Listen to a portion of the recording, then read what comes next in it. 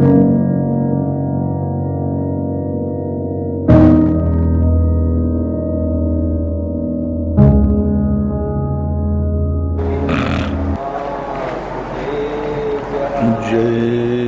श्री ओम नमः सिद्धेभ्यः।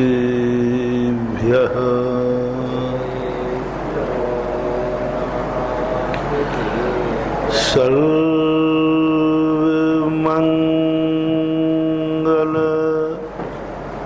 मांगल्यम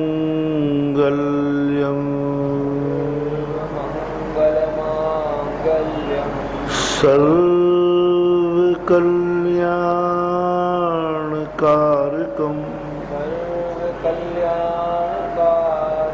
प्रधानं सर्वधर्माणां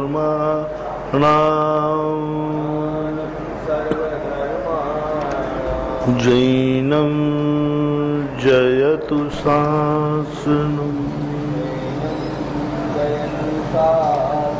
जैनं जयतु शासनं जैनं जयतु शासनं। पंच परमेष्टि भगवान के आचार्य श्री गुरुवर कुंद कुंद महाराज के आचार्य श्री गुरुवर विद्यासागर महाराज की दो प्रकार की विचारधाराओं को लेकर अपन ने परसों थोड़ा सा समझा था। जब व्यक्ति निमित्त के लिए कोई कार्य करता है तो वह ज्यादा समय तक कार्य नहीं कर सकता और उससे अधिक लाभ नहीं मिल सकता, एक मजदूरी मिल सकती है, क्योंकि वो निमित्त के लिए कार्य कर रहा है और ईमानदारी भी नहीं आएगी, बेईमानी आएगी। निमित्त के लिए कभी कोई कार्य नहीं करना जैन दर्शन का मूल सिद्धांत है। जब जब हमारी निमित्त बुद्धि होती है हमारी मिथ्या बुद्धि हो जाती है। कुंद कुंद भगवान ने स्पष्ट निषेध किया कि यदि तुम्हें तत्व दृष्टि हुई है, तुम्हें तत्व ज्ञान जागा है, आसन्न भव्यता प्रकट हुई है, तो तुम एक अपनी खुद की परीक्षा करो कि तुम्हारी निमित्त बुद्धि है कि उपादान बुद्धि है। तुम जो कुछ भी कर रहे हो वो दुनिया के लिए कर रहे हो या अपने लिए कर रहे हो। तुम्हारी दृष्टि क्या है? तुमने एक ग्राहक को ईमानदारी से तुमने सामान दिया तो तुमने ईमानदारी से बताओ तुमने ग्राहक के ऊपर उपकार किया है कि अपने स्वयं के ऊपर उपकार किया है? तत्व दृष्टि। ग्राहक को माल दिया आपने, ईमानदारी में दिया, तो जैन दर्शन पूछता है कि तुमने ग्राहक के ऊपर उपकार किया, एहसान तुम लोग जताओगे तो यहां दो बातें आएंगी। निमित्त प्रधानी मिथ्या दृष्टि अज्ञानी कहेगा, हे ग्राहक देख, मेरे जैसा दुकानदार दुनिया में कहीं मिलेगा नहीं। मैंने तुझे चोखा माल और वाजिबी मूल्य पर दिया, मैंने तेरे ऊपर उपकार किया है, तू ठगा जाता। बाजार में लोग ठग लेते, तू भोला प्राणी था, दुनिया ठग लेती तुझे। मैंने तुझे, क्योंकि मैं जैन हूं ना और महाराज जी का भक्त हूं और अभी भूगर्भ चैत्यालय का अभिषेक करने के आया हूं, इसलिए मेरे में थोड़ी बेईमानी नहीं है, नहीं तो बाजार में ठगा जाता। जैन आगम कहता है ये जो तेरे भाव आ रहे हैं कि मैंने ग्राहक के ऊपर उपकार किया है, यही तेरी मिथ्या बुद्धि है,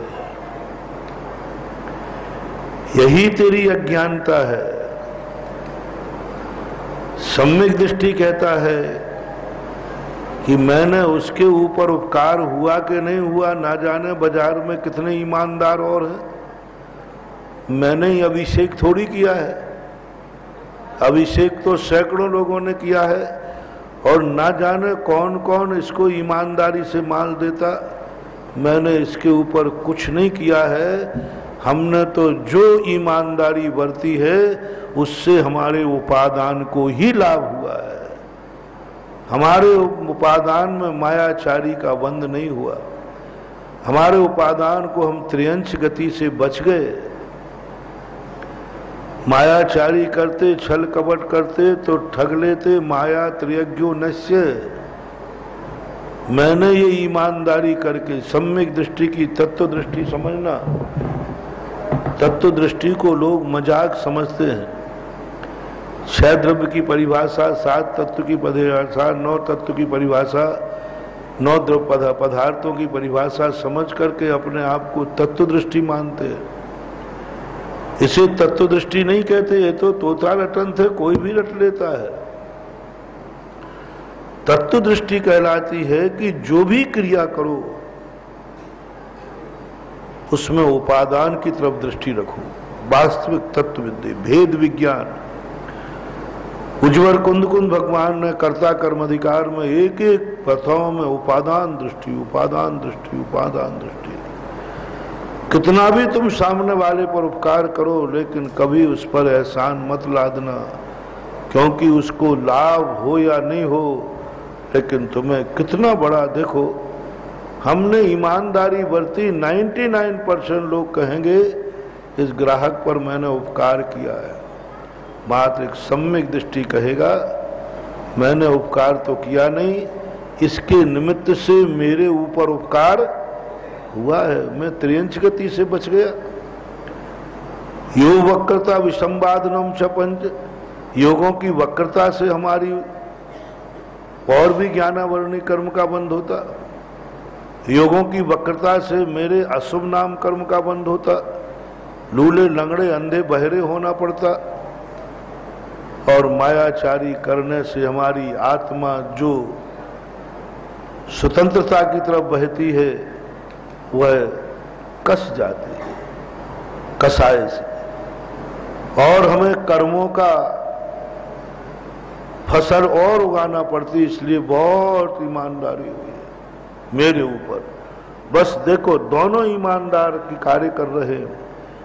एक निमित्त पर एहसान लाद रहा है और एक निमित्त का एहसान मान रहा है। बस इतना ही तो अंतर है, क्रिया में कोई अंतर नहीं है। मिथ्या दृष्टि निमित्त पर एहसान लाद रहा है, सम्यक दृष्टि निमित्त का एहसान मान रहा है। बस इतना तो है ही। तत्व दृष्टि ज्यादा बड़ी नहीं है। तत्व दृष्टि तो एक पैटर्न है। एक पैटर्न यदि समझ में आ गया उसे हर स्थान पर लगा दीजिए। आपने एक पेड़ को पानी दिया, बोलो पेड़ पर एहसान किया है कि तुमने अपने ऊपर एहसान किया है? पेड़ में पानी दिया, वो हरा होगा, ऑक्सीजन किसको मिलेगी? फल किसको मिलेगा? छाया किसको मिलेगी? तो हम क्यों बगीचे पर एहसान करें कि इस बगीचे पे हमारा बहुत बड़ा एहसान। तुमने गृहस्थी बसाई, देखो उपादान दृष्टि लाओ। माता पिता उपादान दृष्टि लाए। ए बेटा देख, तुझे मैंने जन्म दे दिया और देख इतना धन दौलत। सही पूछना, सही बोलना। तुमने बेटे को जन्म बेटे को सुखी बनाने के लिए दिया है कि कुछ अपने आप को सुखी बनाने के लिए दिया है?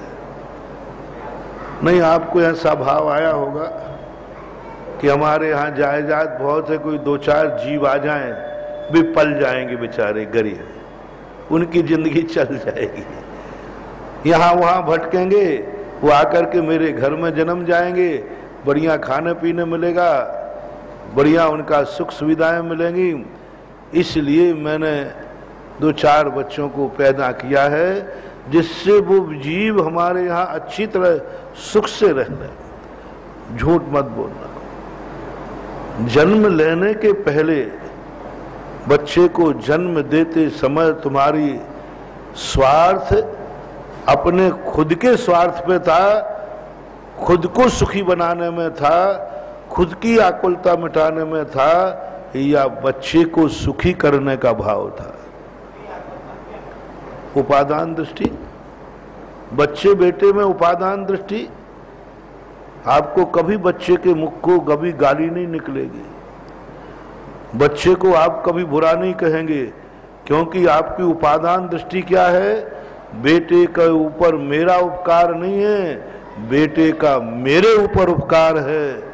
इस जीव के ऊपर मेरा उपकार नहीं है, इस जीव ने मेरे घर में जन्म लेकर मेरे ऊपर उपकार किया है। ना जाने कितने निस्संतान लोग तड़प रहे हैं, रो रहे हैं, डॉक्टरों के यहाँ भटक रहे हैं, झाड़ा फूंकी करवा रहे हैं, सम्यक दर्शन को भी छोड़ रहे। किसके लिए? बेटे के सुख के लिए इतनी मेहनत। जितने लोगों के यहाँ संतानें नहीं होती हैं, बताओ वे कितने दुखी हैं। इसलिए दुखी हैं कि एक जीव का मेरे यहाँ उद्धार नहीं हो पा रहा है।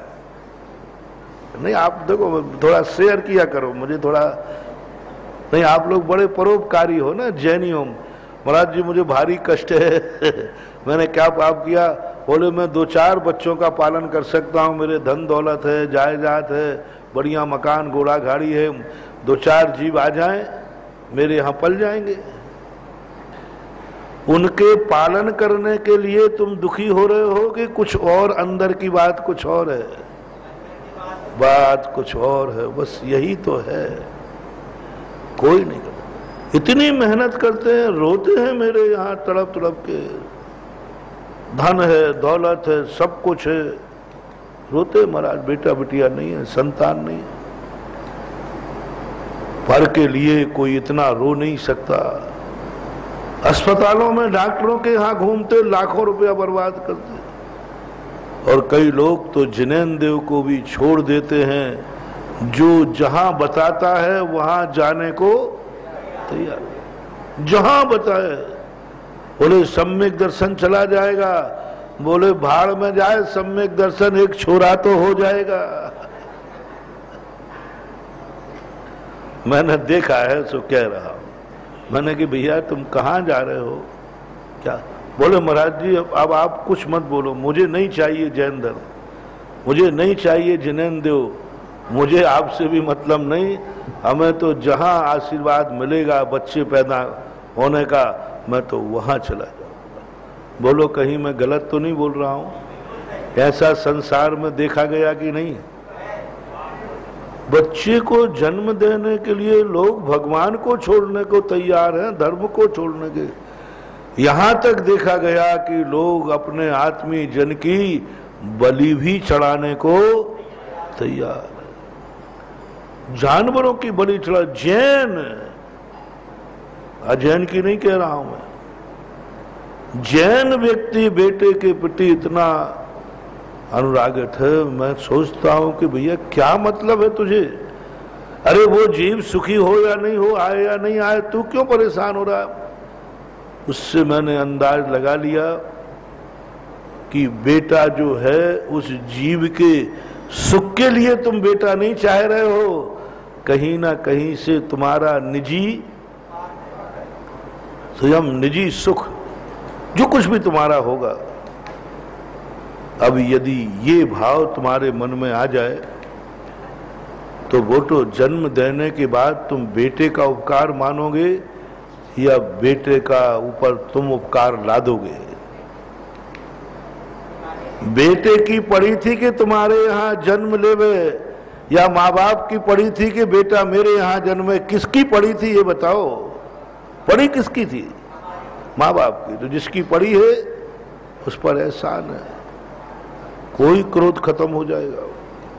मैंने तो देखा जितने भी अपन को क्रोध आदि भाव आते हैं, मान आदि भाव आते हैं, जितने भी क्रोधादि, मान, माया, चारी, लोभ सब आते हैं, ये सब निमित्त बुद्धि का परिणाम है। अमृतचंद सूर्य महाराज बार बार समय सार में कहते हैं, निमित्त बुद्धि हटा, निमित्त बुद्धि हटा। लोगों ने निमित्त को ही हटा दिया। क्या किया था? निमित्त बुद्धि हटा तो लोगों ने निमित्त को हटा दिया। ये भूल हो गई। निमित्त बुद्धि में और निमित्त में बहुत अंतर है। निमित्त बुद्धि हटाना है, निमित्त को हटा दिया। लोगों को निमित्त से घृणा हो गई, निमित्त अकिंचित कर, निमित्त को हटा दिया। अरे भैया, निमित्त को नहीं हटाना है, निमित्त से तो अपना कार्य साधना है, निमित्त बुद्धि हटाना है। जो तुम बेटे पर एहसान लाद रहे हो, वो एहसान लादना बंद करो, उपादान दृष्टि लाओ कि ये बेटा मेरे लिए है, मैंने अपने लिए पैदा किया है। मैंने एक बार बेटा को उपदेश दे रहा था बच्चों के लिए कि बेटा, तेरे मम्मी पापा ने तेरे लिए सुख के लिए पैदा नहीं किया तुझे, उन्होंने अपने सुख के लिए पैदा किया है। तू जान रहा है कि माँ बाप मेरे लिए हैं? नहीं, माँ बाप ने अपने लिए तुझे पैदा किया है, तेरे लिए वो माँ बाप नहीं है, तू भूल में है। आपने शादी की है तो ये बताओ, उपादान दृष्टि है, निमित्त दृष्टि लाना। इसलिए कल योगी महाराज जी बेचारी ये कन्याएं कुमारी रह जाएंगी, बेचारी, कोई इनको पूछेगा नहीं। इनके माँ बाप बड़े दुखी होंगे कि हमारी बिटिया की कहीं शादी नहीं हो रही, इसलिए उन माँ बाप को सुख करने के लिए, और बेचारी अकेली पड़ जाएगी घर में, माँ बाप मर जाएंगे तो पता नहीं वो कौन किसके साथ क्या करेगा, कौन किसके साथ बुरे कार्य करेगा। इसलिए महाराज एक कन्या का उद्धार हो जाए, इसलिए मैंने शादी की है। नहीं बताओ दिनेश जी, यही बात है। झूठ मत बोलना, बोलो एक कन्या के उद्धार के लिए तुमने घर में एक शादी करके बहू लाए हो कि उसमें तुम्हारा खुद का निजी स्वार्थ है? कोई पर के लिए कुछ नहीं करता महानुभाव। यही तो मिथ्या बुद्धि है कि तू बार बार कहता है पत्नी से झगड़ा करते समय, मेरी बदौलत है जो सुख भोग रही है, नहीं तो किसी। अब वो अंदर की बातें तुम्हारी है, लेकिन कुछ कुछ पता रहता है। पता कब चलता है? पता कब चलता है? जब तुम्हारी बीवी आके कहती बार बार महाराज मुझे दबाते हैं, यानी क्या कहते हैं, तो वो दो चार शब्द बता देती है अपन पुरुष से। ऐसा बुरा बोलते हैं कि कुछ पूछो मत। ऐसे हमारे ऊपर एहसान लादाओ, जब देखो जब दबाते रहते, फिरती रहती, ऐसे ही कोई नहीं पूछता। किसी लकड़हारे के पता नहीं क्या क्या आप कहते हैं। यही मिथ्या दृष्टि का लक्षण है। नियम से समझना, मिथ्यात के कारण से ही ऐसा परिणाम जागेगा। उपादान दृष्टि वाला कहेगा नहीं, मैंने इस कन्या के ऊपर उपकार नहीं किया है। सत्य ये है कि इसने मेरे घर में आकर के मेरे ऊपर उपकार किया है, मेरे जीवन को संभाला है, मेरी जिंदगी को संभाली है, मेरे घर को आबाद किया है, मेरे वंश को चलाया है। इसने उपकार मेरे ऊपर किया, मैंने इसके लिए शादी नहीं की है, अपने लिए शादी की। ये उपादान दृष्टि। बहुत अच्छा एक जोक पढ़ा था मैंने कहीं। क्लिंटन अमेरिका का राष्ट्रपति था, उसकी पत्नी हिलरी है। हिलरी, एक दिन क्या हुआ कि वो पेट्रोल पंप पर पेट्रोल भरा रहे थे गाड़ी भराने के बाद वहीं पर हिलरी की बचपन का एक दोस्त मिल गया, जो बहुत बचपन में प्राइमरी कक्षा में पढ़ता था साथ। वो मिल गया तो हिलेरी उससे बात करने लगी। क्लिंटन खड़े खड़े देख रहे हैं कि ये तो ऐसे बातें कर रही है कि कुछ पूछो ही मत। बोले किससे बात कर रही थी? बोले ये मेरे बचपन का क्लास फेलो है। तो क्लिंटन ने एक व्यंग किया, क्लास फेलो है, यदि उससे शादी हो जाती ना तो अभी तू पेट्रोल में मतलब पेट्रोल पंप पर डीजल भरने वाली की पत्नी बनती है। उससे क्लास फेलो था ना, यदि उससे तेरा लव हो जाता और शादी होती तो आज तू क्या कहलाती? कि पेट्रोल भरने वाले होते ना, पेट्रोल भरते, उसकी पत्नी कहलाती। देख मेरी बदौलत है कि जो राष्ट्रपति क्लिंटन की, अमेरिका के राष्ट्रपति की पत्नी है। हिलेरी कम नहीं थी, उसने कहा सुनो जी, सुनो, मेरी शादी के पहले आप राष्ट्रपति थे कि बाद में? बोले बाद में बने। तो मेरी शादी के पहले आप राष्ट्रपति नहीं थे, मेरी बदौलत राष्ट्रपति बने हो, और जिससे मेरी शादी होती वो तो बनता राष्ट्रपति और आप भर रहे होते पेट्रोल में पंप पाने।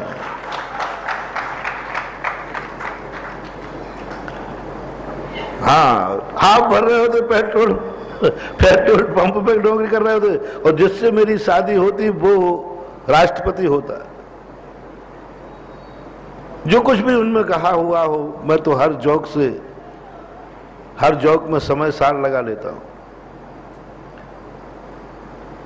नेमीचंद महाराज ने स्पष्ट कहा, साधु के लिए किसी निश्चित गाथा की जरूरत नहीं है, उसको तो जो विषय मिल जाए उसी में तत्व दृष्टि आ जाती है। जम किंच विचिंतन तो निरीह वित्ते हवे जदा साहू। साधु से कहा तुझे कोई चिंतन नहीं करना, जॉक को पढ़ो ना, जॉक चिंतन करो। अब बोलो ये जॉक साधारण जॉक है, संसारी व्यक्ति अलग उपयोग में लेंगे, मैंने अलग उपयोग में ले लिया। उपादान दृष्टि, दोनों निमित्त दृष्टि में अटके के नहीं। क्लिंटन कह रहा है मेरी बदौलत है कि तू आज राष्ट्रपति की पत्नी है, और हिलेरी कह रही है कि मेरी बदौलत है कि तुम राष्ट्रपति बने हो। अब इस झगड़े को निपटाओ। कभी झगड़ा निपटने वाला नहीं है, क्योंकि दोनों की निमित्त बुद्धि है, दोनों एक दूसरे पर एहसान लाद रहे हैं। अब ये झगड़ा कभी खत्म नहीं होगा, कभी खत्म नहीं होगा, और उपादान दृष्टि में 2 मिनट में खत्म हो जाएगा। 2 मिनट में दोनों अपने आप को एक दूसरे का उपकारी मान लें। क्लिंटन मान लें कि बात तो सही कह रही है, इसकी बदौलत हो सकता है मेरा पुण्य जाग गया हो, और हिलेरी मान ले कि सही में इसके साथ शादी हो जाती तो इसका उपकार कितना। दोनों को उपादान दृष्टि लाओ। मियां बीवी दोनों एक दूसरे की निमित्त बुद्धि रखोगे, झगड़ोगे, मरोगे, पति पत्नी बन करके मरोगे, नरकों में जाकर के नौला और सांप बनोगे। मियां बीवी में झगड़े होते हैं ना, बड़े राग के साथ तो बनते हैं और बाद में तलाकें होने लग जाती हैं। कुछ नहीं, हर व्यक्ति, दोनों मियां बीवी उपादान दृष्टि ला दो, बस उपादान दृष्टि लाते ही तुम एक दूसरे के उपकार से भर जाओगे। इतना उपकार मानोगे कि तुम 24 घंटे एक दूसरे की प्रशंसा किए बिना नहीं रहोगे। तुम इतना भर कहना शुरू कर दो, मैं तेरा कितना उपकार मानूं, तेरी बदौलत मेरा घर बस गया। पत्नी कहना शुरू कर दे कि मैं तुम्हारा कितना उपकार मानूं कि तुम्हारी बदौलत है जो मैं आज सुखी हूं। नेगेटिव ऊर्जा खत्म करो, नेगेटिव सोच खत्म कर दो, पॉजिटिव सोच लाओ। थोड़ा सा भी उपकार किया है उस पर सोच लो, इतना उपकार मान लो, दोनों एक दूसरे की प्रशंसा शुरू कर दो। आप देखना, महीने 2 महीने, अधिकतम 6 महीने मेरा कहना शुरू कर दो, मेरा मानना शुरू कर दो। आज के प्रवचन को, सारे भारत को मेरा संदेश है कि जो एक दूसरे से परेशान हो, कोई भी हो निमित्त, वे पॉजिटिव सोचना शुरू कर दें, एक दूसरे को अपना उपकारी मानना शुरू कर दें, उपादान दृष्टि लाएं कि नहीं, इसने मेरे जीवन में आकर मेरे ऊपर उपकार किया है। स्त्री सोच के नहीं, आपने मेरे जीवन में आकर उपकार किया है, मैं तो स्त्री हूं, मैं क्या कर सकती हूं। हो स्वर्ग बन जाएगा भैया, तुम्हारा घर स्वर्ग बन जाएगा। बेटे में भी यही देखो, पिता में भी यही देखो। बेटा सोचे, पिताजी आपका कितना उपकार है जो आपने मुझे, बस तुम एक गर्व कर लो कि मैंने कौन से जन्म में पुण्य किया जो मुझे ऐसा पिता मिला। अब ये निमित्त बुद्धि है कि उपादान बुद्धि? उपादान बुद्धि। मुझे मिला, मेरे ऊपर उपकार है। पिता कह दे कि मैंने कौन सा पुण्य किया जो मुझे ऐसा बेटा। मैंने सदा कहता हूं, तुम कितनी महान बन जाना, क्या तुम्हारे ऊपर तुम्हारे पिता को गर्व है? बस कोई सबसे बड़ी तपस्या, दुनिया की बातों से मुझे कोई लेना देना नहीं है। क्या तुम्हारे जन्म पर तुम्हारे पिता को गर्व है, माँ बाप को गर्व है कि मैंने कितने पुण्य किए जो ऐसा बेटा पाया, ऐसी बिटिया पाई? बस इतना सा सब अंदर से। इससे बड़ा वरदान दुनिया में कोई हो नहीं सकता। जिसको माँ बाप को अपने बेटे बिटिया पर गर्व हो, जाओ, इससे बड़ा वरदान दुनिया में नहीं होता है। ना महाराजों का वरदान होता है, ना भगवानों का वरदान होता है। कुछ नहीं है इसके सामने, सब बेकार है। सबसे बड़ा वरदान और सबसे बड़ा अभिशाप, महानुभाव, बहुत करुणा करके कह रहा हूं, कभी जिंदगी में एक बार भी माँ बाप को ये भाव आ गया, कहाँ का मैंने पाप किया जो ऐसा बेटा बिटिया पाया, मैंने कौन से जन्म के पाप किए थे। और दोनों अकेले में बैठ करके क्या क्या सोचा था अपन ने। संतान उत्पत्ति के पहले की बात, क्या क्या सोचा था, क्या कल्पनाएं की थी, क्या सोचा था, लेकिन सब पानी में मिल गया। सब ये सोचा था, सावधान, 100 भाव मिट गए तुम्हारे, 100 भाव तक अनाथ हो गए, 100 भवों तक तुम्हारा कोई सहारा देने वाला नहीं मिलेगा। क्योंकि एक बार माँ बाप के मन में क्या भाव आ गया, मैंने कैसा क्या हो गया, ये क्या सोचा था और क्या निकला ये। महानुभाव, मर जाना, भीख मांग लेना, लेकिन कभी माँ बाप की बद्दुआ मत लेना, मत। ये शब्द माँ बाप के अंदर नहीं आया। और बड़ा अभिशाप यदि माँ बाप को ये भाव आ गया, इससे अच्छा तो बिना संतान के रह जाता तो ठीक था, कम से कम इज्जत तो बची रहती। इसने तो सारी इज्जत ही धूल में मिला दी। आज हम बाजार में मस्तक उठा के नहीं जा सकते। ये गलती मत करना, बहुत बड़ा खतरनाक अभिशाप। और यदि तुम्हारे कारनामों के कारण माँ बाप को इतनी इज्जत थी, लेकिन तुम्हारे काले कारनामों से माँ बाप का मस्तक झुक गया, वे मंदिर तक नहीं आ पा रहे हैं। आहा, कैसा हमारा जैन कुल था कि माँ बाप बेटे बिटिया को लेकर के मंदिर जाते हैं गर्व से, और तुम्हारे काले कारनामों से क्या हो गया, आज वो मंदिर में भी नहीं जा पा रहे। मैंने देखे ऐसे परिवार, ऐसे बेटा बिटिया काले कारनामे कर लेते हैं, ऐसे गंदे कार्यों में निपुण हो जाते हैं, ऐसे गंदे कार्य, बेचारे मंदिर भी नहीं जाते हैं तो सुबह 5 बजे कराते, कोई देख लेने में। महाराज आ जाते जिनके घर में सदा चौके लगते रहे, आज वे महाराज के दर्शन करने का भी साहस नहीं कर पा रहे। टीस लग रही है कि मेरा घर वो था जहां कोई भी मुनिराज आए मेरे यहां जरूर पड़गहन के लिए चौका लगता था। और आज क्या दिन आ गया मेरा कि पड़गहन तो छोड़ो, मैं दूसरे के चौके में आहार देने लायक भी इसने नहीं रहने दिया। इन दोनों ने, बेटा बेटियों ने ऐसे कार्य किए हैं कि अब मैं महाराज को दूसरे चौके में भी आहार नहीं दे सकता। महानुभाव, ये गलती मत कर देना।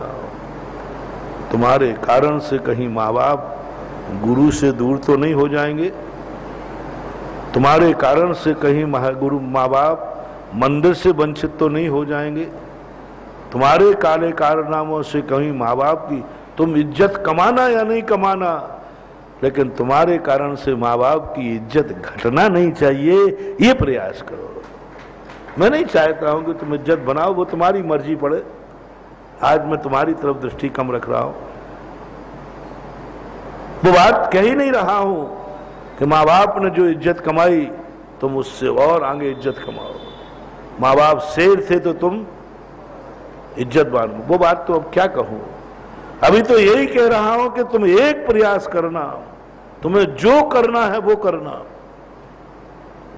किसी काम के लिए आज तुम्हें नियत नहीं ढालूंगा कि तुम्हें ये कर, तुम्हें जो मर्जी पड़े सो करना। बस एक बात मेरा गुरु मंत्र आज ले लेना, तुम्हारे इस कृत्य से माँ बाप की इज्जत घटेगी तो नहीं, बस इतना सच। यदि इज्जत घटे तो बेटा मर जाना, लेकिन वो कार्य मत करना जिससे माँ बाप की इज्जत घट जाए।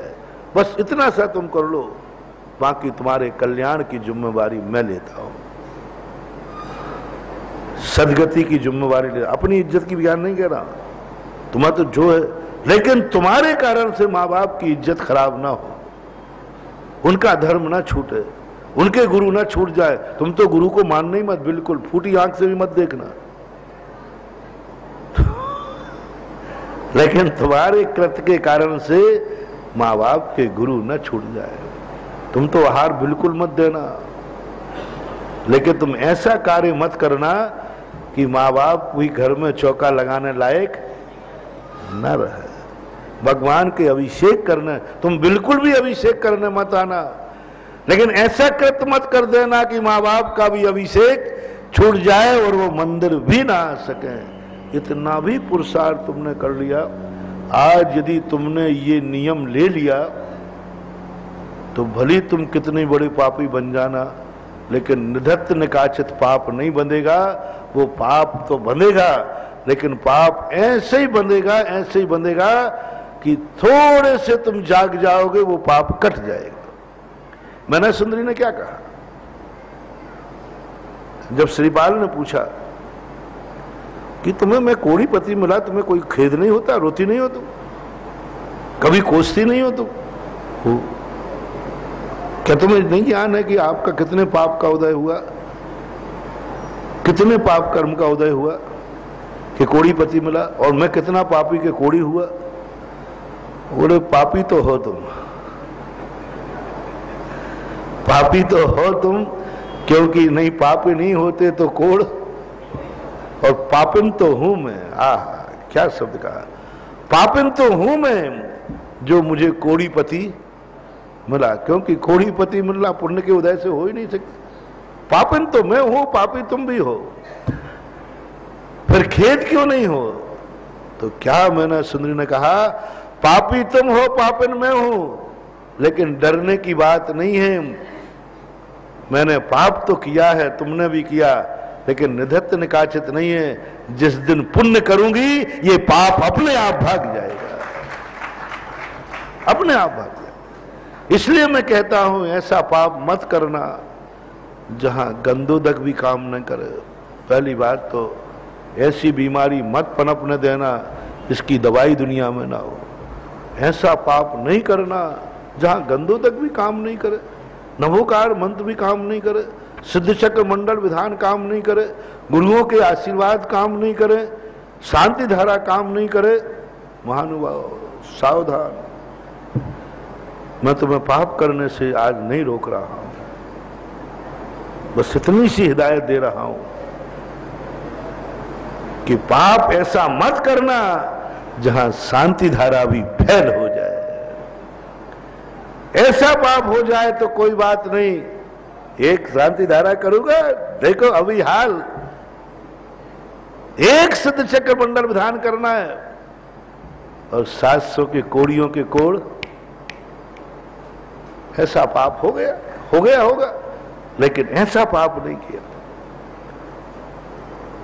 इतना तो कम से कम को पाप करते समय सोचो, कहीं ये पाप मेरे गुरु भी कहीं रेफर न कर दे। मैं इतनी बीमारी कोई खतरनाक नहीं है जो फैमिली डॉक्टर से निपट जाए, है ना। फैमिली डॉक्टर होता है ना, चलो और बड़ी बीमारी सही डॉक्टर से कोई तो निपटा देवे, लेकिन ऐसी बीमारी जिस डॉक्टर ने कह दिया ये लाइलाज बीमारी है, इसका कोई इलाज नहीं है, ऐसी बीमारी लाइलाज बीमारी, बस ऐसी लाइलाज बीमारी मत पालना, ये निधत्त निकाचित कर दे। एक व्यक्ति बहुत बड़े आदमी थे, बिना नाम लिए कह रहा हूं, उनका पेट पूरा खराब हो गया, सड़ गया, किडनी बस्ट हो गई। डॉक्टर के पास कहा, बोले डॉक्टर साहब मुझे बचा लो। बोले साहब कैसे बचाओ? बोले आप तो जो किडनी चाहिए 10 लोग किडनी देने वाले खड़े हो गए, पैसे में दम है। और ने कहा जो पैसा मांगेगा हमें एक किडनी दान दे देगा, मैं पैसा दूंगा। किडनी वाले 10 सब तरफ से खत्म। डॉक्टर कहता साहब ये सब तुम दे दोगे, लेकिन जहां किडनी रखना है वो स्थान भी तुमने शराब पी पी के सड़ा दिया, अब तुम्हारा कोई इलाज। किडनी देने वाला है, पैसा है, सब कुछ है, लेकिन जहां किडनी रखना है वो स्थान ही सड़ गया, आप क्या करोगे? तड़प तड़प करके मरे। ऐसी बीमारी इतने तुम हो गए, इतनी शराब पी डाली, इतनी शराब पी डाली कि किडनी ही बस्ट नहीं हुई, किडनी का स्थान भी गल गया। महानुभाव कम से कम इतनी तो पीना, कम से कम किडनी बदलने लायक तो रह जाओ। तुम तो इतनी पी गए कि अब किडनी बदलने लायक भी नहीं रहे। पाप होते हैं, लेकिन पाप को थोड़ा सा चेत जाओ कि इस पाप से मैं ही पापी हो रहा हूं या मेरा कुल पूरा पापी हो जाएगा। मेरी इज्जत ही धूल में मिलेगी कि मेरे माँ बाप की इज्जत धूल में मिलेगी? तुम्हारी इज्जत जहां तक धूल में मिल रही है तब तक तुम निधत्त निकाचित कर्म नहीं बांध रहे हो, लेकिन तुम्हारे कारण से माँ बाप की इज्जत धूल में मिल रही है। जाओ, अब लाइलाज बीमारी होने वाली है। लाइलाज कर्म निधत्त निकाचित कर्म यही कहलाते हैं।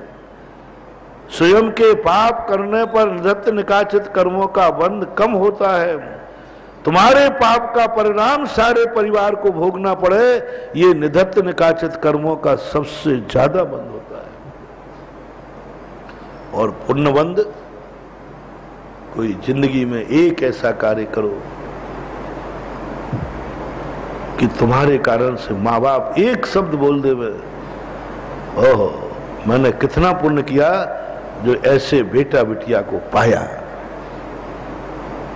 दोनों बैठकर अकेले में कहे, देखा अपनी कल्पना से आगे निकला, इतना तो अपन ने सोचा ही नहीं था, देखा आज इसने अपन को कहां पहुंचा दिया। आज जहां देखो वहां सम्मान हो रहा है, जहां देखो लोग मुझे जय जिनेंद्र करते हैं। ये किसकी बदौलत है? इस बेटे की बदौलत है। यदि ये तुमने कर लिया तो बेटा तुम्हारी पौवारा है। घर से शुरू करो, ये संबंध से शुरू करो। ये मियां बीवी दोनों लड़ो मत, बस एक बार दादागिरी से नहीं, पत्नी एक बार कह देवे कि मैंने कितने पुण्य किए कि जो आप जैसा पति मिला। ऊपर से नहीं, ऊपर से तो ये इतनी मायाचारी करती है, ये ऊपर से तो बोलेगी, क्योंकि अब नहीं, नाराज कौन करे, पथरे में पड़े कोई। अंदर की बात है, अंदर से उसको ऐसी फीलिंग हो जाए कि मैंने कितने जन्म में पुण्य किए जो मुझे ऐसा साथी मिला। अंदर की अनुभूति है, गर्व करना, बस वही है सबसे बड़ा वरदान। ऐसी अनुभूति हो जाए, मैंने कौन से जन्म में पुण्य किया है जो मुझे ऐसी पति मिला। बस ये तुम जिंदगी में प्रयास कर लेना, जिंदगी में ये प्रयास कर लेना।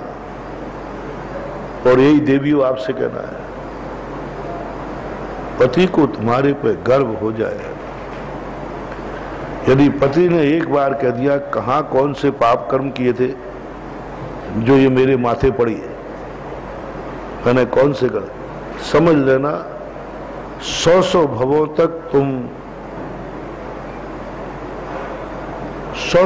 तक तुम कभी भी दाम्पत्य जीवन नहीं पा पाओगे, संयम के साथ नहीं, योगी नहीं बनोगे, बनेगा ही नहीं। क्योंकि तुम एक दूसरे को कोसते रहते हो, एक दूसरे को कहते रहते हो, एक दूसरे को मन में रहते हो, कहां से ये पति मेरे लिए मिला, भगवान इससे अच्छा तो मैं कुंवारी रह जाती। इससे बड़ा अभिशाप एक स्त्री का पति को दूसरा हो नहीं सकता। 1 लाख पे तुम्हारे दुश्मन तुम्हें अभिशाप देवे, कितने कह रहा हूं, 1 लाख दुश्मन अभिशाप देवे, भी अभिशाप पहली बात तो लगेंगे नहीं, और लग जाए तो मैं एक क्षण में काट दूंगा, बस। लेकिन पत्नी ने अभिशाप दे डाला, कहां का दुष्ट पति मिला, दिन भर गालियां बकता रहता है, सिर फोड़ता रहता है, आप जो कुछ भी, एक बार भी अंदर से, ऊपर से कुछ बक दे तो कोई बड़ी बात नहीं, अंदर से ये भाव आ जाए, जाओ महानुभाव, 1 लाख दुश्मनों का अभिशाप इतना खतरनाक नहीं होगा, एक दिन का पत्नी का अभिशाप तुम्हारे 100 भव बिगाड़ देगा, 100 भव बिगाड़ देगा।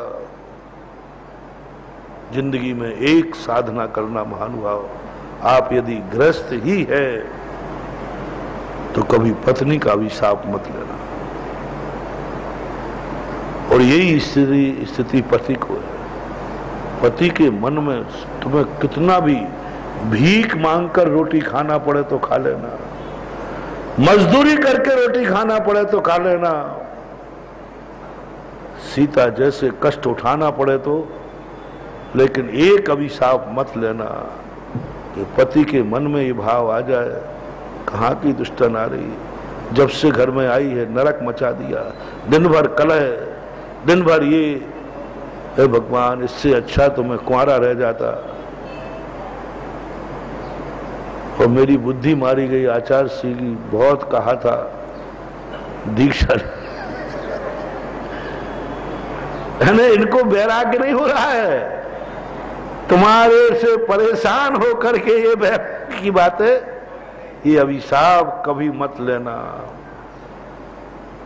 यदि एक बार भी मन में आ गया पति के, कहा मैंने कौन से पाप किए, जाओ 100 भाव तुम्हारे बिगड़ जाएंगे, 100 भाव बिगड़ जाएंगे। यदि गृहस्थी बसाई ही है तो उपादान दृष्टि लाओ, एक दूसरे को अपना उपकारी मानो,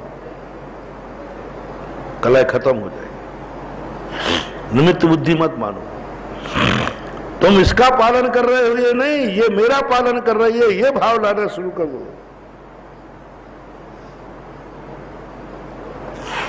इसके ऊपर तुम्हारा उपकार नहीं है, उसका तुम्हारे ऊपर उपकार है। गृहस्थी का हर कोने में आप यही देख लीजिए, हर कोने में आपकी जिंदगी सफलता का सूत्र, जिंदगी की खुशहाली का सूत्र, जिंदगी का, हमारी जिनवाणी एक ऐसी है मल्टीपर्पस, जिस दृष्टिकोण से देखोगे वही दृष्टिकोण। देखो कहाँ उपादान, समय सार की उपादान दृष्टि, और मैंने कहाँ लगा दी, सब जगह एक ही है, वही चीज है सब, कोई अंतर नहीं। चाहे संसार में लगाओ तो परमात्मा में लगाओ। हमने कहा गुटखा नहीं खाना, तो महाराज जी गुटखा खाने से क्या होता है? नहीं खाने से कौन से, मैंने कि धर्मात्मा बनना है। अब संसार की दृष्टि से देख लो। एक व्यक्ति ने कहा महाराज जी मैं गुटखा का त्याग नहीं कर सकता, शराब का त्याग नहीं कर सकता। मैंने क्यों? बोले मुझे धर्मात्मा नहीं बनना। क्या जवाब दे दिया? मुझे धर्मात्मा नहीं बनना, और मैं महाराज भी नहीं बनना चाहता। अब मैं क्यों छोड़ू? देखना, उसने ऐसा तर्क दिया कि महाराज अपने आप चुप हो जाए।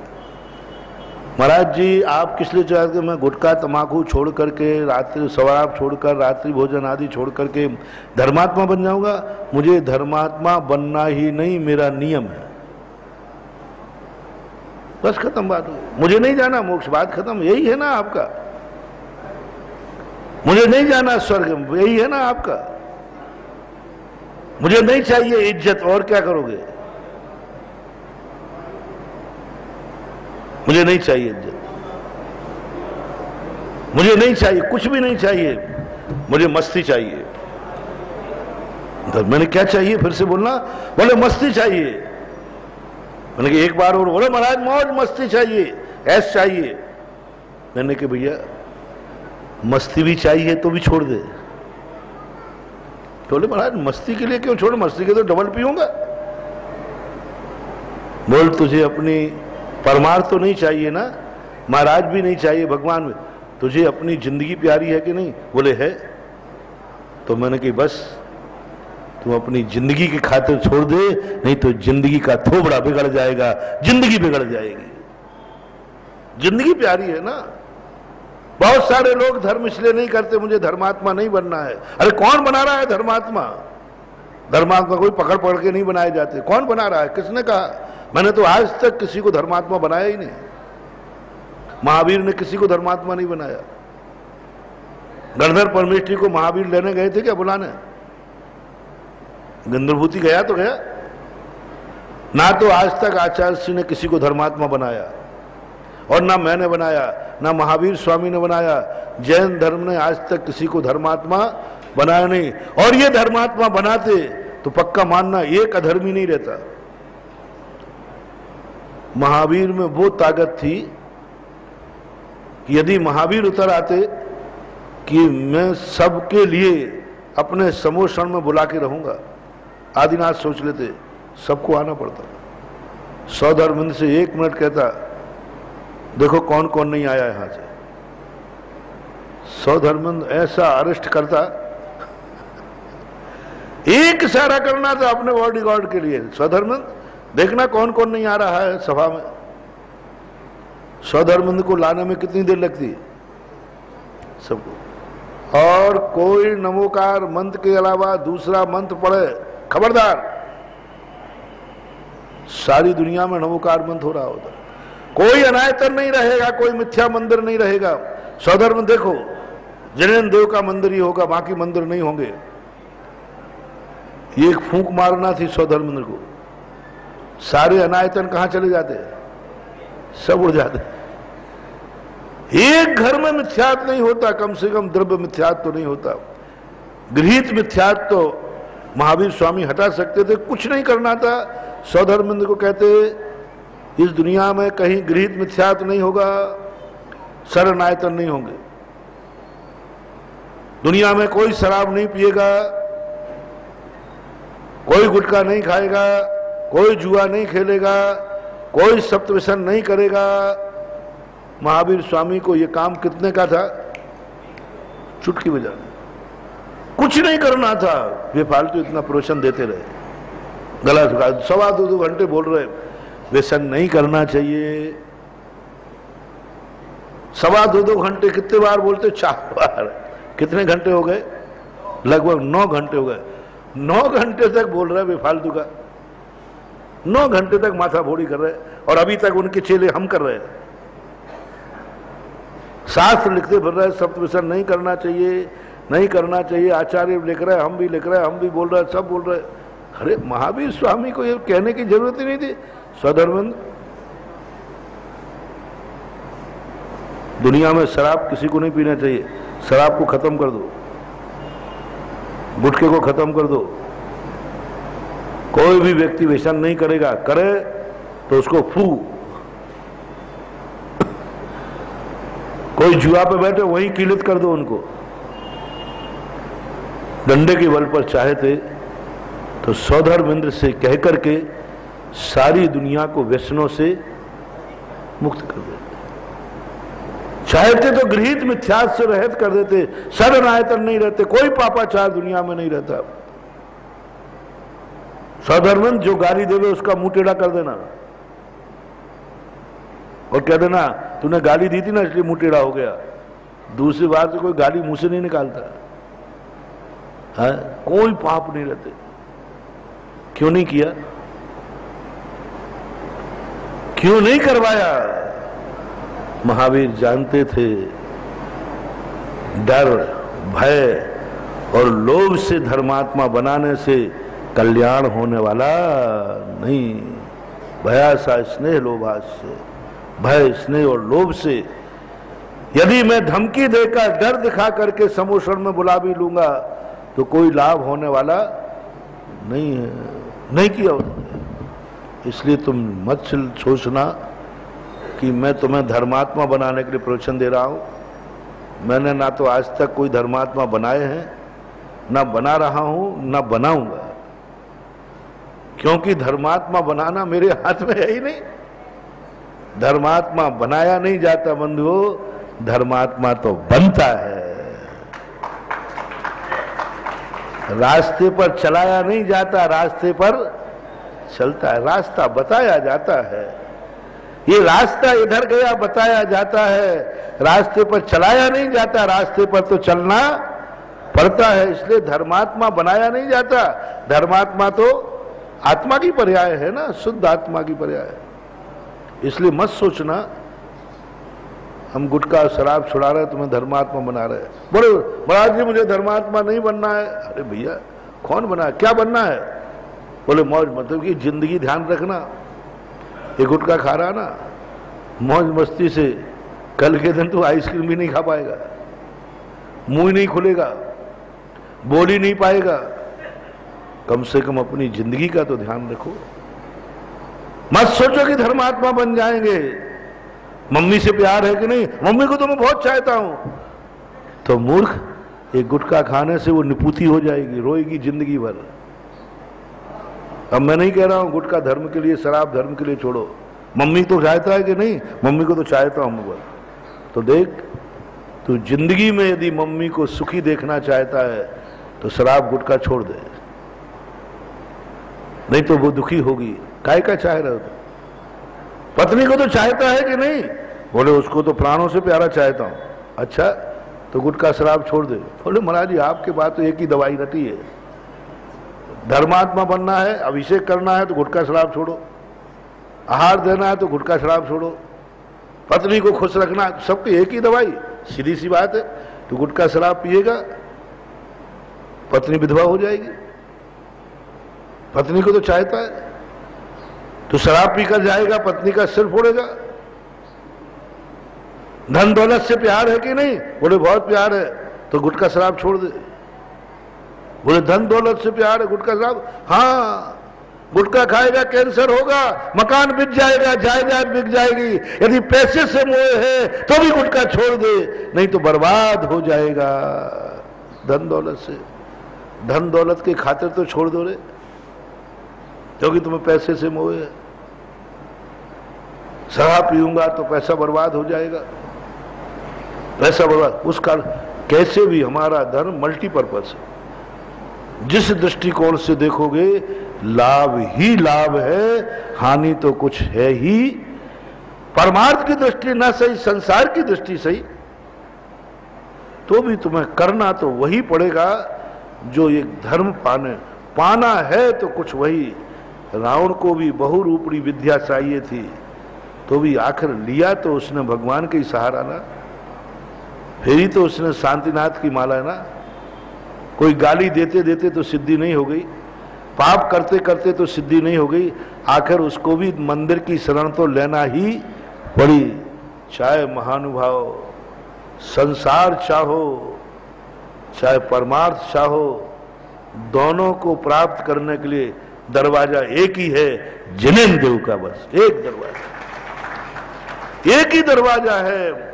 संसार का दरवाजा कुछ अलग है, संसार के सुख पाने के लिए कोई अलग दरवाजा है, परमार्थ का सुख पाने के लिए अलग दरवाजा है ही नहीं दुनिया में दो दरवाजे।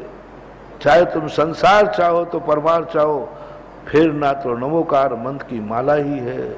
आना तो इसी मंदिर में पड़ेगा, आना तो इसी मंदिर में पड़ेगा।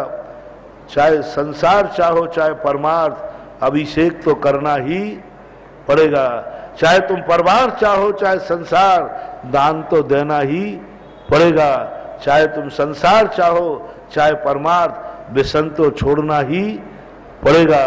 तुम जो चाहो वो तुम्हारी मर्जी है, लेकिन कमाने का रास्ता एक ही है, एक ही रास्ता। इसलिए कितनी बड़े उपादान की दृष्टि समय सार की, और मैंने तुम्हारे संसार में लगा दी बंधुओं। यदि संसार को सुखी बनाना चाहते हो तो भी समय सार की ये पंक्ति अपनी जिंदगी में उतार लो। परमार्थ के लिए नहीं कह रहा हूं, सम्यक दृष्टि की बात, सम्यक दर्शन के लिए नहीं कह रहा हूं।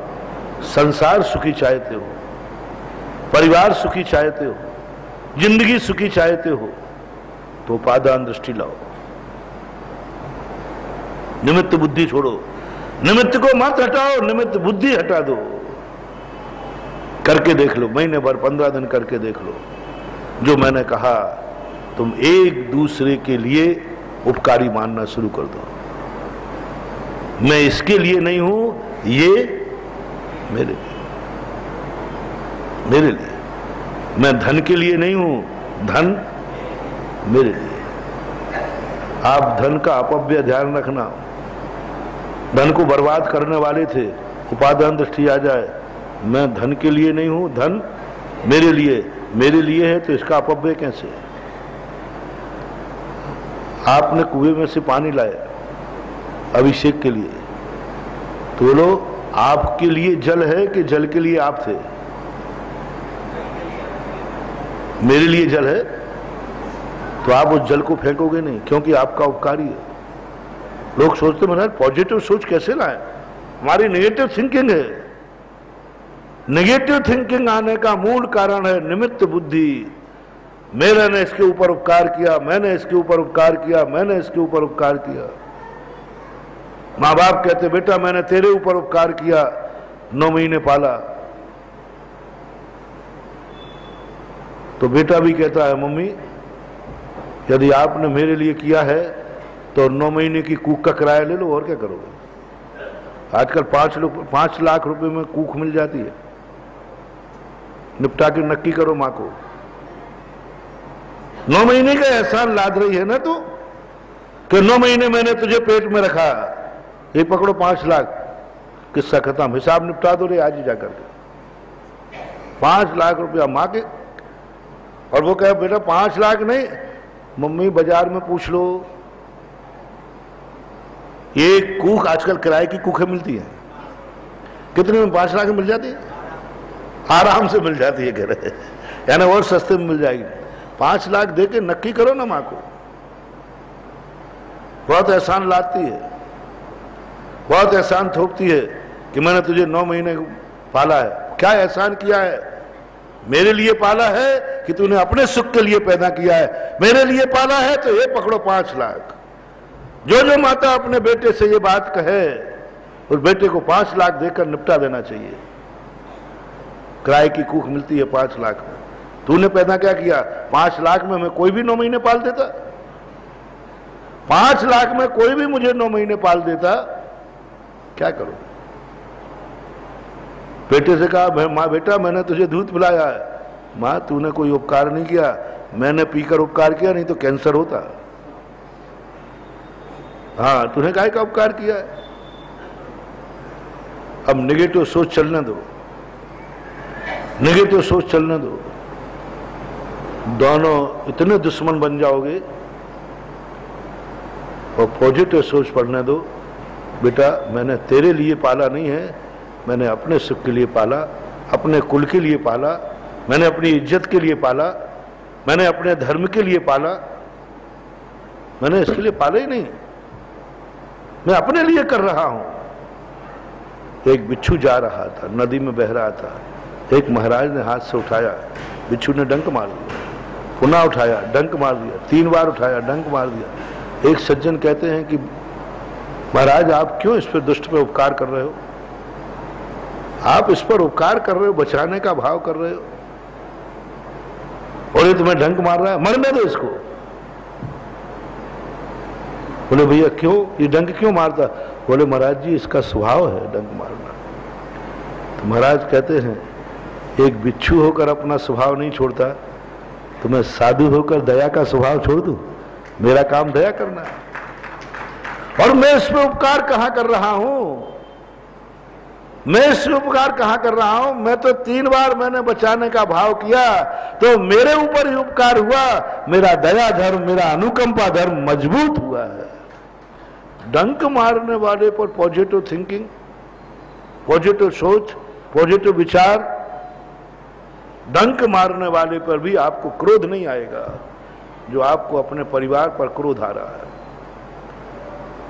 जो आप अपने बेटा बेटिए परिवार पर क्रोध कर रहा है, बेटा माँ बाप पे कर रहा है, पति पत्नी पे कर रहा है, देवरानी जिठानी पे कर रहे, जिठानी देवरानी पे कर रहे, सब क्रोध ही क्रोध कर रहे हैं। और मेरा सिद्धांत मान लो आप, डंक मारने वाले बिच्छू पर भी क्रोध नहीं आएगा, उसको भी बचाने का भाव आएगा। किसकी बदौलत है ये? उपादान दृष्टि। मेरा ही तो कल्याण हो रहा है, गुण तो मेरा ही है ना, अनुकंपा धर्म, दया धर्म तो मेरा ही है ना, मेरा धर्म पुष्ट हो रहा है, मेरा धर्म पुष्ट हो रहा है। बोलो आज उस बिच्छू का गुण गाया जा रहा है कि साधु का है? नाम किसका अमर हुआ? साधु का। ये पॉजिटिव सोच, मैं सहन करूंगा, इसको मैं माफ करूंगा तो बड़े बड़े साधु मेरा नाम लेंगे, मैं शास्त्रों में अमर हो जाऊंगा, मेरे ऊपर उपकार होना है। बिच्छू के ऊपर कितना उपकार किया होगा पता नहीं, और बिच्छू ने डंक मार करके महाराज पर कितना उपकार किया कि वे महाराज आज तक अमर है शास्त्रों के अंदर, आज तक जिंदा है। पॉजिटिव सोच बंधुओं, क्रोध खत्म हो जाएगा, दुश्मन को भी क्रोध नहीं आएगा। मैं प्रैक्टिकल हुआ, आपको मुझे दुश्मनों पर कभी क्रोध नहीं आता। आप कह के देखना, कभी कभी देख रहा है बहुत सारी, महाराज जी फलाना दुश्मन ही बोल रहा था, महाराज वो महाराज आपके संबंध में ये बोल रहा था। और सबसे ज्यादा दुनिया में किसके संबंध में बोलता है? सुधा सागर के। मुझे गर्व है, रकीबों से वो रकीब अच्छे, रफीबों से वो रकीब अच्छे जो जलकर नाम लेते हैं, गुलों से था खार बेहतर हैं जो आमद थाम लेते हैं। गुलों से खार बेहतर हैं जो आमद थाम लेते हैं, रफीबों से वो रकीब अच्छे जो जलकर नाम लेते हैं। जितनी अच्छी तरह से दुश्मन नाम लेता है ना, पूरा मय डिसेक्शन के व्युत्पत्ति से सब लेते। मुझे क्रोध नहीं आता, बहुत आपने देखा होगा 20-25 साल हो गए राजस्थान में, इतने दुश्मन लोग आते हैं, मैं उन पर कभी क्रोध नहीं करता, कभी तुमसे नहीं कहता अरे भाई तुम लोग भी तो कुछ ठंडे फंडे लाओ। मैं बड़ा मस्त रहता हूँ, क्योंकि मेरा सोच पॉजिटिव बन गया है। मैं कैसे उनका उपकार का बदला चुकाऊंगा? भक्तों के तो मेरे ऊपर कोई उपकार नहीं है, ज्यादा नहीं है, लेकिन मेरे दुश्मनों ने इतना उपकार, इतना उपकार, मैं कभी सोचता हूं तो यह कहता हूं कि हे मेरे दुश्मन, तेरा ये उपकार मैं किस भाव में चुका पाऊंगा? पॉजिटिव सोच, क्योंकि दुश्मनों के कारण से मैं जितना ऊंचा उठा हूं, शायद मैं अपनी साधना और तपस्या से भी ऊंचा नहीं उठ पाता, नहीं उठ पाता, और भक्तों के जयकारों से भी मैं इतना ऊंचा नहीं उठ पाता। मेरा तो ऊंचा उठने का मूल कारण है मेरे परम प्यारे दुश्मन। इसलिए मुझे इतने अच्छे लगे, वो इतने अच्छे लगे कि मैंने चुनाव चिन्ह ही बना लिया। बताओ भैया डॉक्टर, चुनाव चिन्ह कोई अप्रिय को बनाता कि प्रिय को? अप्रिय को कोई चुनाव चिन्ह नहीं बनाता। अरे कोई भक्त को चुनाव चिन्ह बनाते, लेकिन मैंने सबसे बढ़िया चुनाव चिन्ह बनाया, क्योंकि मेरी जीतने का कारण, अभी जो महोत्सव हुआ, ये महोत्सव के कारण तुम भक्त लोग नहीं हो। भक्त लोग तो मुझे डरा रहे थे, महाराज जी कार्यक्रम फीका पड़ता है। मैंने क्यों? बोले चारों तरफ व्हाट्सएप चल रहे थे। लोगों ने मुझे, भक्तों ने डराया, बहुत डराया। एक दक्षिण से कोई आचार्य बोल पड़ा, तथाकथित आचार्य, कोई कहीं से बोल पड़ा, कोई कहीं से बोल पड़ा, लोग घबरा गए। मेरे भक्त, महाराज जी मामला कुछ फीका नहीं पड़ जाए। मैंने कि पागल, जब तक कोई नहीं बोला था तब तक जरूर डाउट था मुझे। अब तो पक्का है कि ये कार्यक्रम गिनीज बुक में आएगा, गोल्डन गिनीज वर्ल्ड बुक में आएगा। चिंता मत करना, मेरा नेचर है।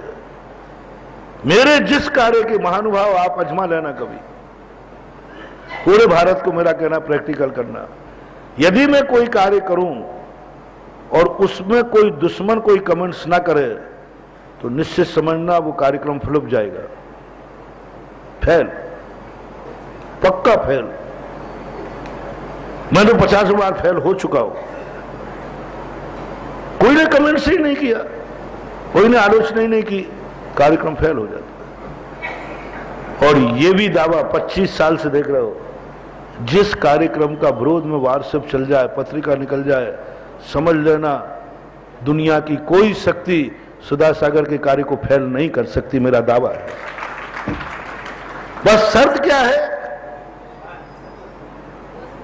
देवताओं से भी मेरा कहना है, धरणेन पद्मावतियों से कहना, सारे निकाय के देवताओं से कहना है, सुधा सागर का उस कार्य को फेल करके दिखाओ जिसका विरोध किसी दुश्मन ने कर दिया हो, कोई आलोचना कर दी हो मेरे कार्य का। फिर 3 लोक की सारी महाशक्तियों से मेरा कहना है,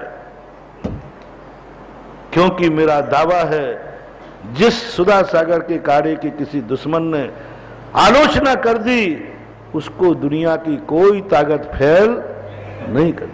और जिसकी आलोचना नहीं हुई उसमें फेल हो जाओगे, पक्का है।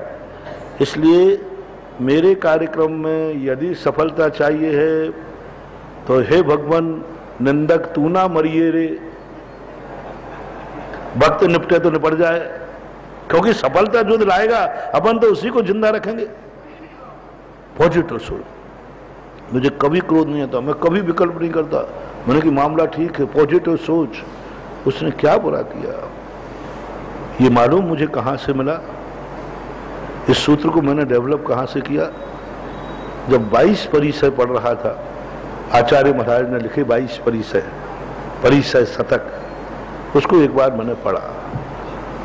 पढ़ते पढ़ते उसको लगा कि ये तो सारे कष्ट हैं, पर लगा कि ये सारे वध परिचय उपकार निर्जरा का कारण। बोलो, सम्यक दृष्टि को 6 तत्वों में से, 7 तत्वों में से उपकारी तत्व कितने होते हैं? जीव तत्व, संवर तत्व, निर्जरा तत्व और मोक्ष। ये 4 तत्व मुख्य, बहुत प्यार करता है सम्यक दृष्टि। ये 4 तत्व सबसे ज्यादा प्यारे होते हैं सम्यक। एक तो जीव तत्व है ही, और आश्रव और बंध हे तत्व है, आश्रव और बंध हे तत्व है, संवर और निर्जरा उपकारी तत्व है, और मोक्ष उपादेय तत्व है। तो सबसे ज्यादा प्रेम होता है साधु को निर्जरा और संवर तत्व से। और उमा स्वामी महाराज ने कहा, बेटा कौन सा तत्व प्यारा है? बोले भगवान, संवर और निर्जरा। और संवर और निर्जरा का जब उन्होंने कथन किया, परिचय जय चारित्रही, 22 परिचय तेरे प्रिय तत्व को प्राप्त कराने वाले हैं। तो मैंने कहा कि भाई 22 मच्छर काट रहा है तो अपकार कहां कर रहा है? वो तो दंश मशक नाम का परिचय ला करके कर्मों की निर्जरा करा, जो तुझे प्रिय है वह ला रहा है। पॉजिटिव सोच, मच्छर काट रहा है। हमें अपकार लग रहा है। पॉजिटिव सोच। दंश मशक नाम का एक परिसय है कि नहीं? परिसय बंद कराता है कि निर्जरा? साधु को निर्जरा से प्रेम है कि बंद से? निर्जरा। तो उसने तुम्हारी प्रिय वस्तु ला दी ना, निर्जरा। उमा स्वामी महाराज ने परिसयों के लिए उपकारी कहकर डाल दिया। निर्जरा चाहते हो तो परिसयों को निमंत्रण दो, परिसय सहन करो। मच्छर का काटने पर क्रोध नहीं आ रहा और उपकारी भाव आ रहा है। यह मच्छर तू मेरे कर्मों की निर्जरा करा रहा है, मैं तेरा उपकार कब चुकाऊंगा? ओहो, कैसे सहन करते होंगे ये? श्यालनी मांस लौंच के खा रही है, कैसे सहन किया होगा पारसनाथ ने कमठ जब गालियां दे रहा था? कैसे सहन किया होगा जब सिर के ऊपर सिगड़ी रख दी होगी? कैसे सहन किया होगा 500 मुनियों को घानी में? कैसे किया होगा? कौन सा जादू था? कौन सी मंत्र सिद्धि थी? कुछ नहीं बंधु, कोई मंत्र सिद्धि नहीं थी, कोई देवता नहीं थे, मात्र एक उपादान दृष्टि थी जो श्यालनी मेरा मांस लोच रही है, मेरे कर्मों की निर्जरा ही कर रहा है, करवा रही है। मेरे लिए बद परिचय है, कमठ गालियां दे रहा है। पारसनाथ कहते गड़बड़ नहीं है, ये मामला अच्छी बढ़िया है, बहुत अच्छा। बोले कैसे? जो केवल ज्ञान मुझे लेट होने वाला था वो जल्दी कराएगा, केवल ज्ञान। पॉजिटिव। ये गाली दे करके मेरे पाप कर्मों की निर्जरा कर रहा है, तो मेरा अपकारी कहां हुआ? उपकारी हुआ ना, तो फिर मैं क्यों इसको दुश्मन मानूं? समता भाव आ जाएगा गाली देने वाले के प्रति, पत्थर फेंकने वाले के प्रति। मच्छर काट रहा है, बस साफ मत साफ। उमा स्वामी का तत्वार सूत्र और दंश मशय नाम का, नमशक नाम का परिचय आप पढ़ना चालू कर दीजिए, पढ़ना चालू कर दीजिए। और तुम्हारा कल पहले फॉर्म भरा था, मुझे 4 तत्व प्यारे हैं, निर्जरा तत्व, संबर तत्व। मच्छर जब काटता है संबर और निर्जरा तत्व उपलब्ध होते हैं। अब तुम हे कहो उसे, उसकी बुराई करो, उसको पापी कहो, उसको उड़ाओ, उसको मारो। बोलो उपकारी को भगाया जाता है कि उपकारी को रोका जाता है? जल्दी बोलो। तो मच्छर उपकारी है कि अपकारी? उपकारी है तो भगाया क्यों? उपकारी है तो भगाया क्यों? मच्छर काट रहा है, कहां पीछे? जिनवाणी कहते देख ले उपकारी को भगा रहा है, परिचय निर्जरा के कारण है। आहा, ऐसी दृष्टि आती ही साधु बैठा रहता है, श्यालनी मांस नोच नोच करके खाती रहती है, उपादान। और निमित्त बुद्धि आ जाएगी, देखना, थोड़ी सी निमित्त बुद्धि आ जाएगी, मच्छर आ नहीं पाएगा, उसके पहले ही आप उसका अभी काटा नहीं है, अभी काटा नहीं है, कमरे में आया मात्र है और आने के पहले ही तुम उसको क्या करोगे? निपटा। ये निमित्त बुद्धि का काम। और उपादान बुद्धि का काम है, खा लेगा वो, काटेगा। निर्जयी तो करा रहा है, परिचय है ना, एक निर्जयी तो हो रही मेरी, मुझे कौन सा पाप का बंध हो रहा है, कौन सा मुझे नुकसान पहुंचा रहा है? निर्जयी तो कर रहा है। मलेरिया आ जाएगा तो और डबल फायदा, रोग परिचय, 2 परिचय। तुरंत मन क्या कहेगा? देख साधु, ज्यादा हेकड़ी मत कर, अभी बुखार आ जाएगा। तो ज्ञानी कहता है मजा आ गया, डबल निर्जरा। दंश मशक परिचय एक अलग है और रोग परिचय अलग है। रोग परिचय है, 2 परिचय आ गए। अब इस व्यक्ति को कौन डरा सकता है? कौन डराएगा? जो कह रहा है रोग भी मलेरिया आएगा ना, तो और डबल है, रोग परिचय आ गया और परिचय निर्जरा कराने वाला है। पॉजिटिव सोच, हर तरफ तुम अपना एक सर्कल बना लो, पॉजिटिव सोच शुरू करो। दुश्मन से भी तुम्हें हाथ मिलाने का भाव आएगा, दुश्मन से भी जय जिनेंद्र करने का भाव आएगा। सांप पर भी तुम्हें दया आना शुरू हो जाएगी। जिस सांप को देखकर दुनिया मारती है, उपादान दृष्टि वाला उस सांप को भी दया भाव दिखा करके बचाने का भाव करेगा। बोलो सही बताओ, पारसनाथ ने नाग नागिन को बचाया था या नाग नागिन ने पारसनाथ को बचाया? नाग नारायण को तो बचा भी नहीं पाए, बचा भी नहीं पाए, मर गए वे दोनों, बचा भी नहीं पाए। लेकिन बचाने का पुरुषार्थ मात्र किया। परिणाम ये निकला कि धरणेन पद्मावती ने पारसनाथ का उपसर्ग दूर किया। तो बोलो पारसनाथ के ऊपर उपकार हुआ है कि पारसनाथ ने नाग नागिन का उपकार किया है? असलियत बोलो। पारसनाथ के देखने में आ रहा है कि मैं नाग नागिन उपकार किया है। कहां उपकार किया? बेचारे मर गए, बचा लेते तो बात अलग थी। कोई उपकार नहीं किया, लेकिन पारसनाथ पर स्वयं पर उपकार किया है। अपन किसी जीव पर दया करते हैं? नहीं, दया नहीं कर रहे हैं उस पर, उसको नहीं बचा रहे हैं हम। अपने भविष्य में स्वयं के रक्षा के सूत्र इकट्ठे कर रहे हो। गौशाला तुम चलाते हो तो एक एक पद्मावती पाल रहे हो गौशाला में। यदि कोई कट्टी खाने जा रही थी कटने के लिए, आपने गाय को बचा लिया, मर करके वो देवता या देवी हो गई, तो कहेगा किसने बचाया था? ओह, फलाने व्यक्ति ने बचा करके मुझे गौशाला भेज दिया था, वो तुम्हें धरणेन पद्मावती बन के आके रक्षा करेगी। जब दुश्मन तुम्हें तलवार लेकर मारेने आया, उसी समय वो देवी देवता आकर बीच में खड़े होकर के उसकी बंदूक को यूं कर देगा। ये अहिंसा धर्म, ये दया धर्म जो है, ये पर प्रधानी नहीं है, ये स्वयं प्रधानी है, उपादान दृष्टि, उसमें स्वयं को आता है।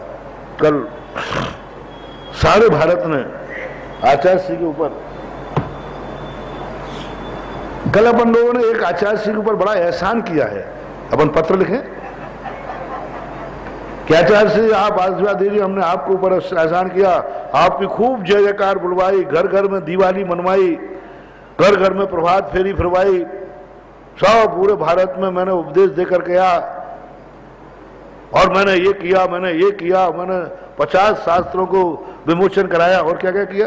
अरे बढ़िया संगीतमयी पूजा। अरे क्या किया कि यार महाराज जी, आप कम से कम वहां से 2 शब्द बोल दो, हे छुदा सागर चेला, मैं तेरा बहुत आभारी हूं, मंगो।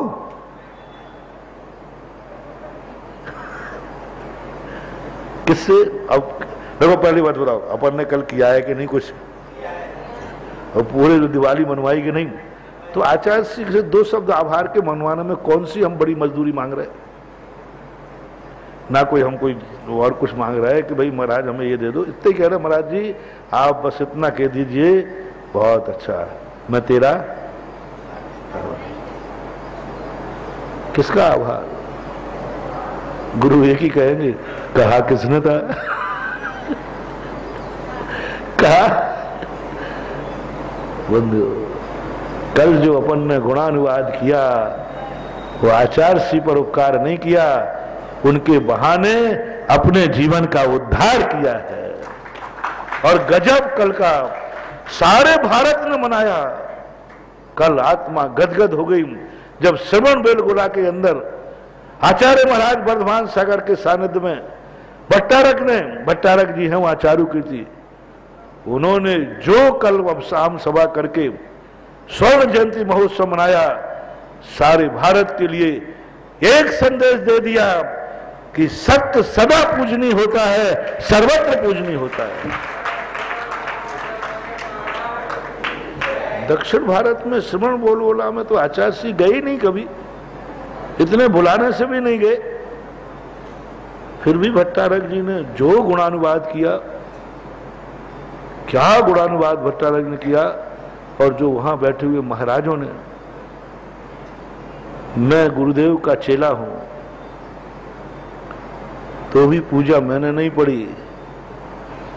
ब्रह्मचारी थे ना प्रदीप भैया, या जो भी गाना, दक्षिण भारत में श्रवण बेलगोला में साधु परमेष्ठियों ने आचार्य श्री की पूजा की, खुद पढ़ रहे थे महाराज, और महाराज बोल रहे थे ओम ह्रीम 36 मूल गुणधारी आचार्य परमेष्ठि विद्या सागराय जलम जन्म जरामति विनाशनाय जलम नृपामति। उन्होंने कहा कि भगवान सिद्ध है, आज भी सत्य की कीमत दुनिया में है। आज भी सत्य को पहचानने वाले दुनिया में हैं, नहीं तो वहां करने की कोई जरूरत नहीं थी। और दूसरे आचार्य महाराज हैं, वहां क्या नाम लेना था?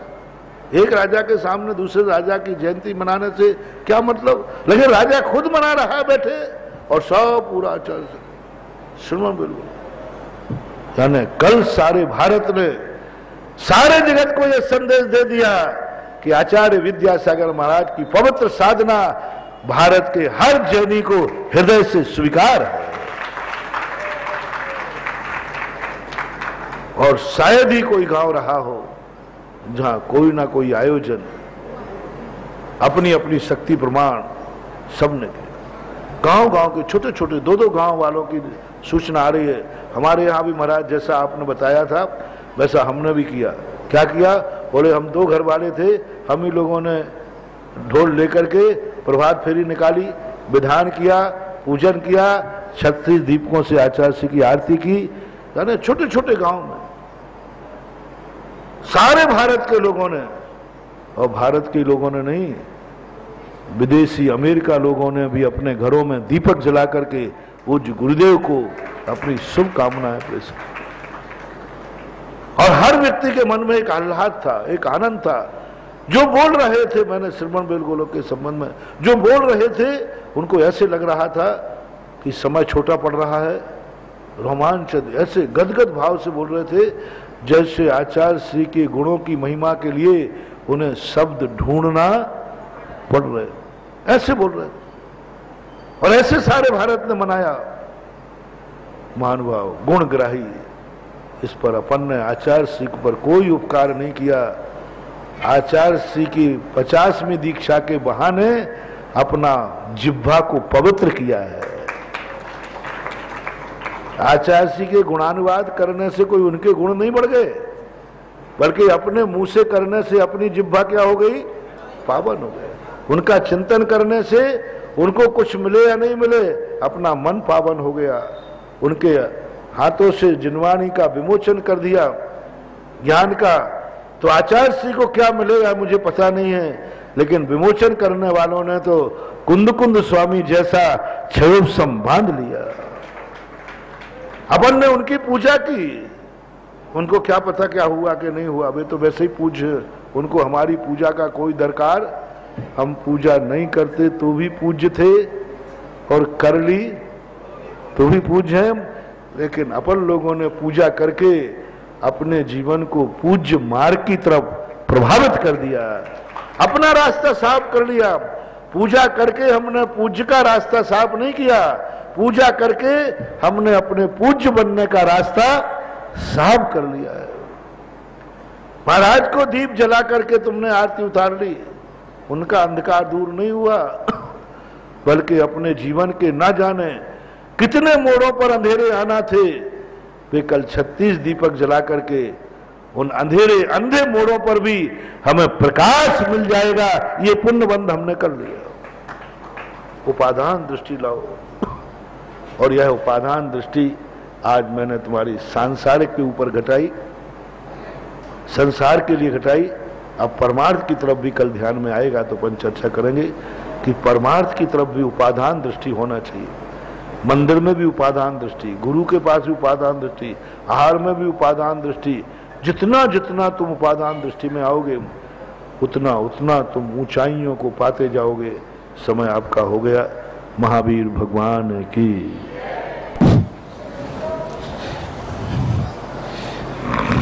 बंधु, विश्व के समस्त दार्शनिकों